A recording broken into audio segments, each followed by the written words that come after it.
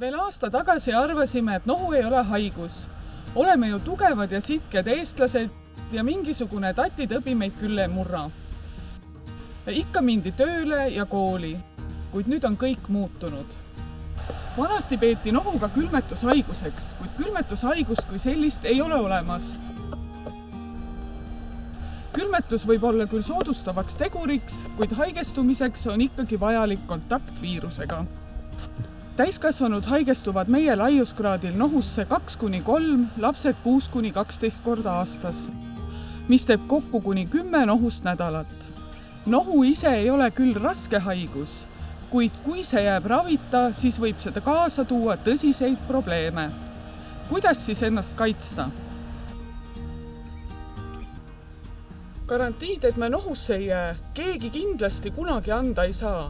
Küll aga saame me vähendada nohusse jäämise tõenäosust. Kõige tähtsam on hoida tugevana oma immuunsüsteem, siis tugev immuunsüsteem vähendab riski ükskõik mis tahes viirusele.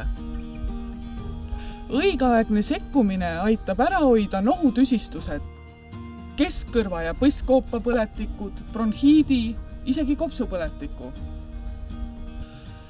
Tänapäeval on apteekide riiulil õnneks suurenenud ka looduslike alternatiivide valik.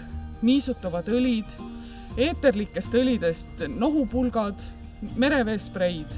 Oma koha on leidnud ka taimsete ekstraktidega tabletid. Nende eeliseks on see, et nad ei kahjusta ega kuivata ninalimas kesta. Tõmmupelargooniumi juur takistab viiruste kasvu, paljunemist ja paneb organismi viiruse tekitajatega paremini ja särtsakamalt võitlema.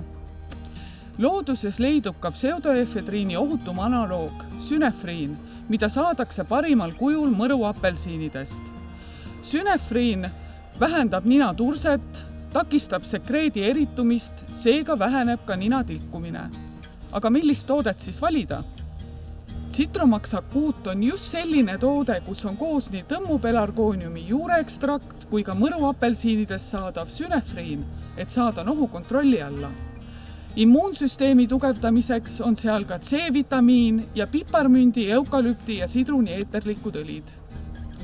Kokkuvõtteks, kõige olulisem on hoida oma immuunsüsteem tugevana ja juba esimeste ninasügeluste ja kurgukipituste korral alustada raviga, mitte jääda ootama.